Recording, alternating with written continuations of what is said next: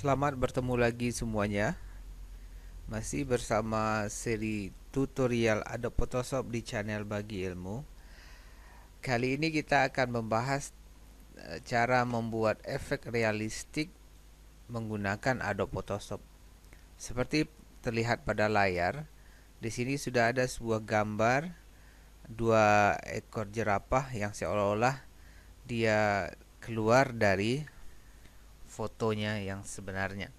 Nah, ini saya namakan dengan efek realistik karena di efek ini tergambar seolah-olah kedua jerapah itu benar-benar keluar dari fotonya. Nah, sebelum kita mulai, saya tutup dulu gambar ini karena ini nantinya yang akan kita buat bentuknya.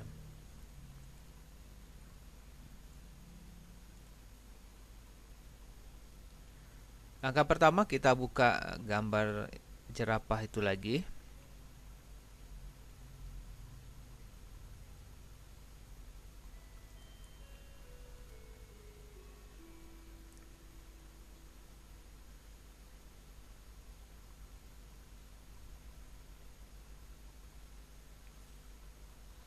Oke, kita sudah membuka gambar jerapah itu. Kita perhatikan di sini ada satu layar, di sini layar background. Kemudian pada layar background ini kita duplikatkan layarnya dengan menekan Ctrl J. Kita duplikatkan sebanyak 2 buah. Sehingga di layar sekarang ada layar 1 dan layar 1 copy. Kemudian kita pindah ke layar 1 atau layar yang di tengah. Kita tambahkan sebuah layar kosong dengan cara menekan tombol new layer di sini. Tekan tombol create new layer sehingga sekarang di sini ada satu layar lagi yang kosong. Nah, sekarang kita bekerja pada layar yang baru ini. Selanjutnya gunakan marquee tool di sini. Kita tarik dari bagian bawah ini. Oke. Kira-kira sebagian dari tubuh jerapah ini. Kalau seandainya bagian dari area marquee tool ini ada diperbaiki atau digeser, kita bisa menggunakan select, kemudian kita pilih transform selection. Karena dengan transform selection ini kita bisa memodifikasi areal yang diseleksi. Mungkin kita perbesar atau kita perkecil. Setelah itu kita tekan lagi enter sehingga kita kembali bertemu dengan bentuk garis marquee yang bergerak seperti ini. Ini menandai areal yang sudah terseleksi. Oke, langkah selanjutnya klik edit. Kemudian ambil stroke. Nah, ini berfungsi untuk membuat garis di sekitar areal yang dipilih ini. Kita gunakan nanti warnanya warna putih di sini. Oke, dengan ketebalan nanti 12 pixel. Lokasinya di sisi luarnya atau sisi dalam, karena di sini yang saya pilih adalah inside. Kita oke kan. Tidak ada perubahan. Ini karena layar ini masih tertutupi layar satu copy. Kita sembunyikan layar satu copy sehingga kita bisa melihat stroke yang kita buat tadi. Nah, berikutnya dalam kondisi seperti ini masih terseleksi dia. Ambil lagi edit, kemudian transform, kemudian ambil perspektif. Tarik sudut kanan atasnya ini ke arah dalam. Oke, sedikit.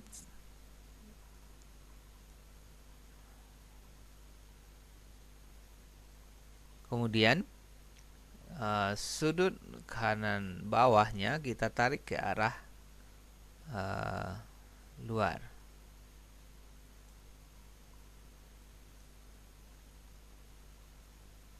Oke, sehingga bentuknya sekarang seperti ini. Kalau masih kurang pas nih, bisa diperbesar lagi. Yang di atas ini bisa ditarik lagi ke dalam.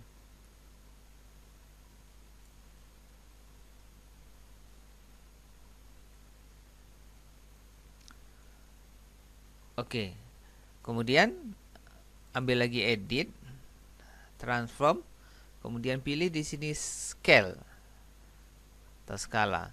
Karena dengan scale ini kita bisa menarik titik atasnya. Kita buat dia agak ke bawah supaya dia lebih rebah lagi nantinya. Oke, sampai di langkah ini setelah diatur transformasi menggunakan perspektif dan scale, kita tekan enter. Oke. Selanjutnya, dalam kondisi seperti ini, di sini kita klik add layer mask, sehingga layer 2 ini nanti dia punya masking semacam bayangan yang bentuknya seperti ini. Kemudian kita aktifkan lagi layar satu copy, oke, sehingga gambar tadi tertutup. Nah, kita bisa melihat kalau batas dari foto tadi seperti ini bisa kita perkirakan. Kemudian layar satu copy kita aktifkan lagi. Berikutnya kita seleksi bagian atas dari kedua jerapah ini. Nah, bagian yang kita seleksi ini adalah bagian yang akan muncul nantinya keluar dari foto. Kita bisa menseleksi menggunakan Quick Selection Tool. Bisa klik kanan di sini sehingga muncul dua pilihan, Quick Selection Tool dengan Magic. Atur brushnya dengan diameter 12 pixel dan spacingnya 1%. Kemudian supaya lebih gampang kita tekan Z untuk mengaktifkan zoom tool untuk memperbesar tampilannya. Nah, berikutnya menggunakan quick selection tool ini kita tarik di sekitar kepala bagian atas jerapah ini dengan hati-hati. Kita bisa melihat bagian yang sudah masuk dalam seleksi dan bagian yang belum masuk dalam selection tool ini.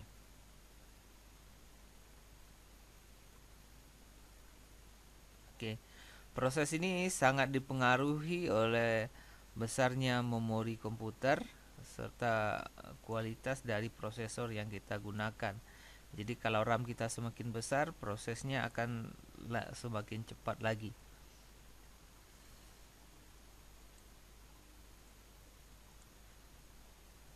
Di sini saya menggunakan RAM 1 GB, jadi sedikit agak lambat di dalam menggunakan Quick Selection Tool ini, jadi agak sedikit bersabar dalam prosesnya.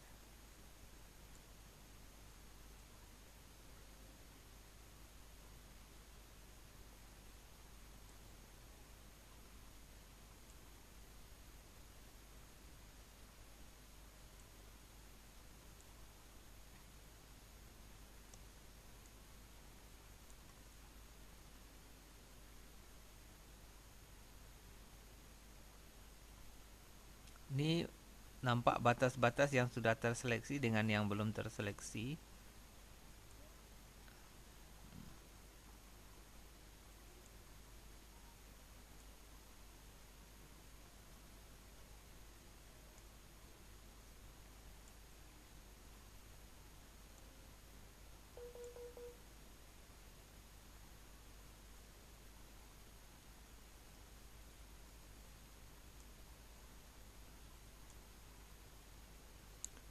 Kita terus menseleksi sampai terseleksi sejauh mana areal yang masuk ke dalam foto dan areal nantinya yang akan keluar dari foto. Ini udah terseleksi semuanya. Kemudian kalau kita perhatikan lagi di sini, dari areal yang sudah terseleksi ini ada beberapa bagian yang offside seperti ini. Kita bisa menghapusnya dengan cara kita klik Quick Selection Tool ini sambil menekan Alt untuk menguranginya. Oke, nanti dia akan kurang sendiri.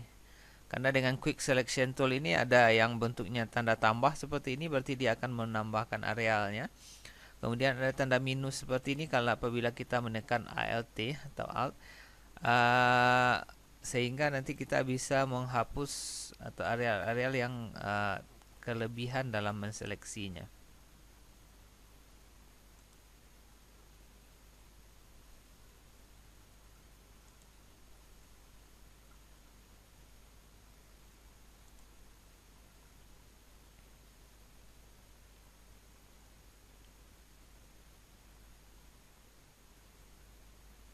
Ini kurang, kita tambah ini.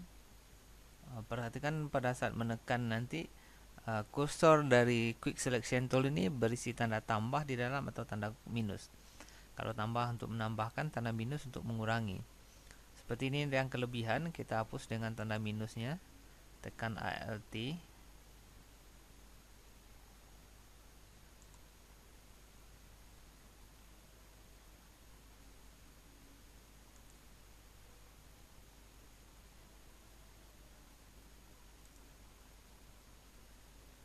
Agak lambat kerjanya karena saya menggunakan RAM yang hanya 1 GB.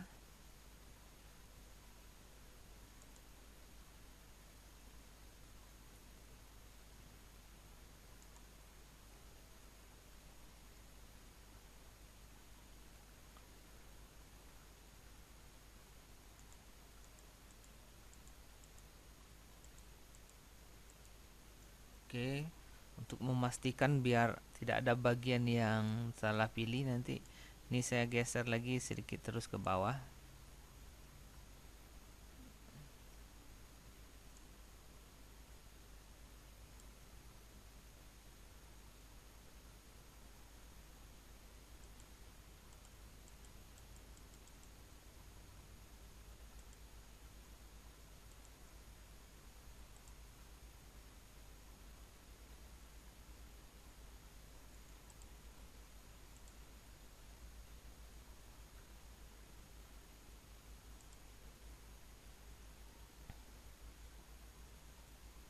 Ini kelebihan di sini saya kurangi. Oke, saya rasa sudah bagian yang terseleksi sudah dipilih semuanya. Oke. Nah, dalam kondisi ini bagian-bagian yang kita butuhkan sudah terseleksi dengan benar. Di layar satu kopi ini berikutnya kita tekan ini lambangnya Add Layer Masking, Add Layer Mask, sehingga nanti di sini di layar satu sudah ada duplikatnya atau bayangannya.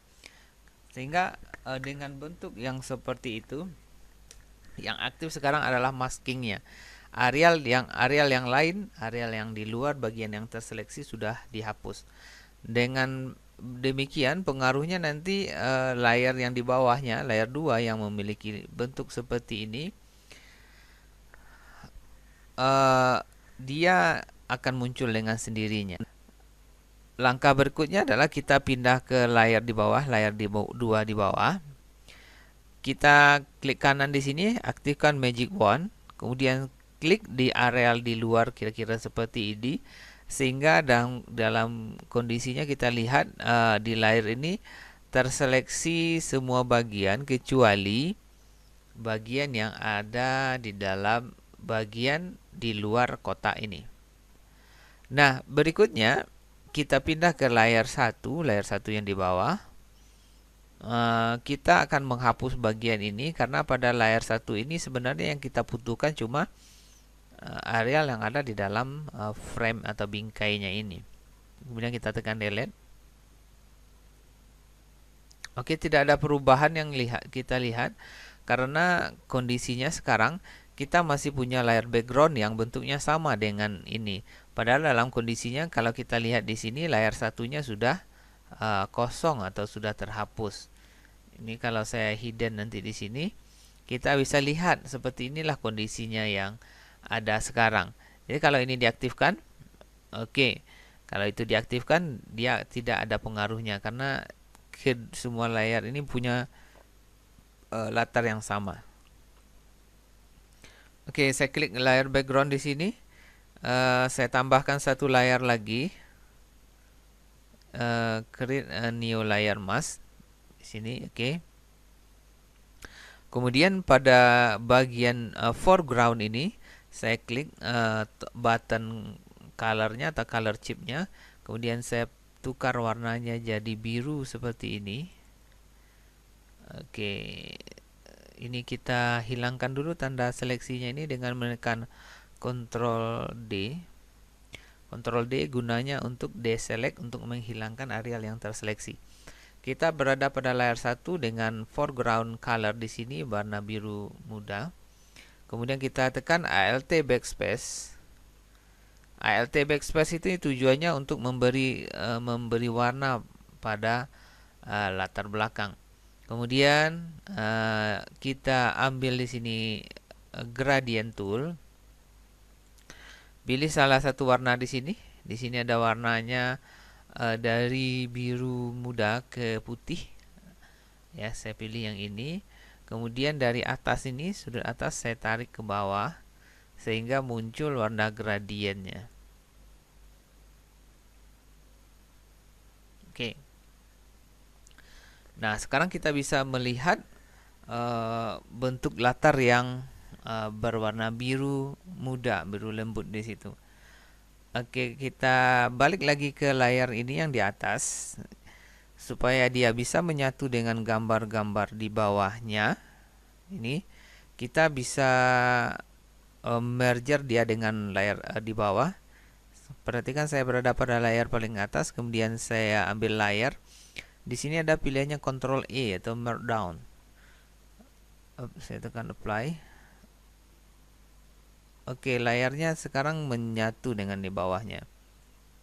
Kemudian saya tekan satu lagi layer, kemudian ambil merge down. Oke, dia menyatu lagi sehingga di sini kita sekarang tinggal punya tiga layer.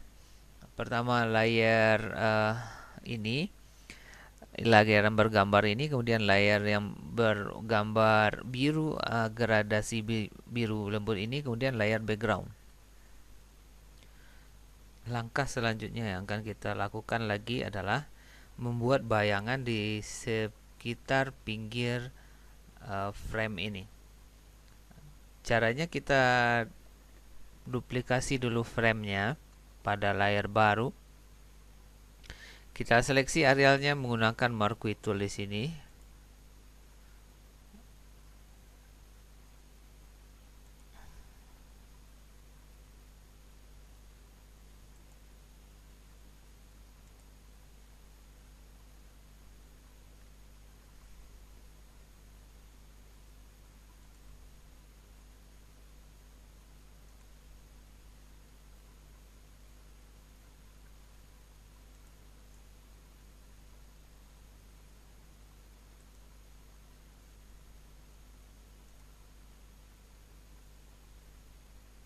Nah, setelah terseleksi arealnya ini, kita duplikasi menekan Ctrl J.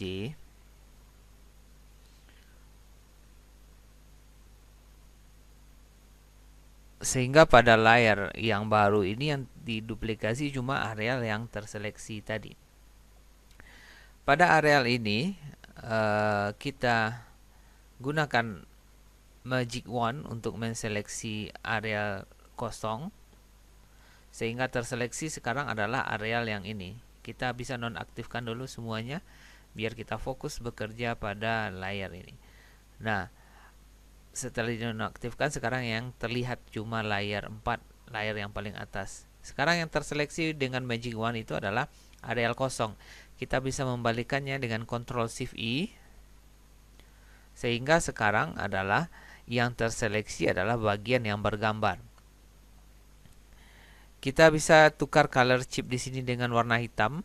Klik di sini, kemudian pilih warna hitam, oke kan? Kemudian tekan Alt backspace, sehingga areal ini sekarang berubah menjadi warna hitam. Oke, kemudian Ctrl D untuk menghilangkan tanda seleksinya. Kita pindahkan ini ke bawah layer 1 tarik di sini, pindahkan. Kemudian layer satunya diaktifkan lagi. Oke. Layer 3-nya boleh diaktifkan juga. Nah, kemudian pada layar 4 ini, kita berada pada layar 4 yang memiliki bayangan berwarna hitam. Kita ambil filter, klik blur, kemudian ambil Gaussian blur. Oke, untuk memblurkan pinggiran dari bayangan ini, kita set radiusnya kira-kira 5, sambil kita perhatikan pengaruhnya di sini. Terlalu besar ya, saya perkecil lagi. Oke, mungkin bagusnya di sini saya buat aja nilainya 5. Kemudian saya okekan. Oke, sehingga kita sudah bisa melihat pinggiran yang berbayangan di sekitar frame ini. Kita pindah lagi ke layar 1. Pada layar 1 ini ambil edit, kemudian ambil transform, kemudian ambil warp. Oke, ini adalah jendela warp pada layar satunya ini.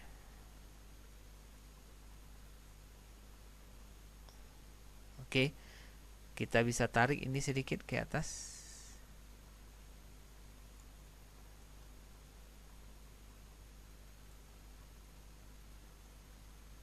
Oke, jangan terlalu diangkat, sedikit saja.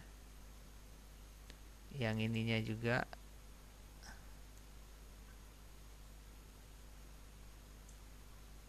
Oke, jangan terlalu tinggi.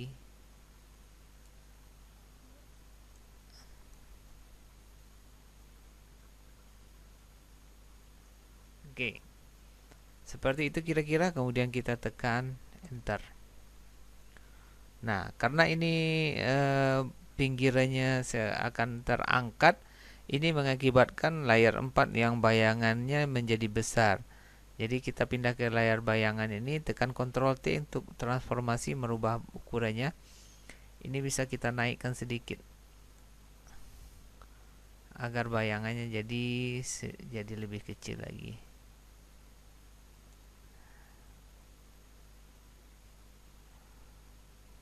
Terlalu kecil di sini.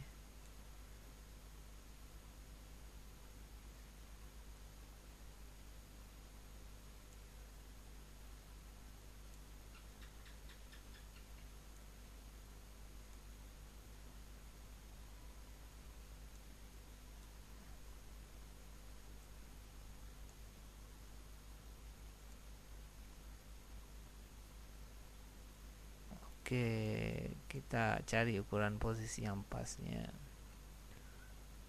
Oke, kemudian tekan enter. Oke, kita bisa set lagi blur, kemudian ambil Gaussian blur untuk lebih memastikan berapa blurnya. Mungkin bisa kita kurangi nilainya karena dia sudah diangkat di sini. Oke, saya kurangi jadi 4,2 ya. 3, saya jadikan 3. Oke, saya oke kan. Nah, barangkali seperti ini hasil yang optimal atau maksimalnya. Oke, barangkali seperti ini hasilnya. Selanjutnya kita bisa gabung ketiga layar ini dengan Ctrl E. Ctrl E lagi 2 kali, sehingga yang kita lihat sekarang di sini cuma ada 2 buah layar.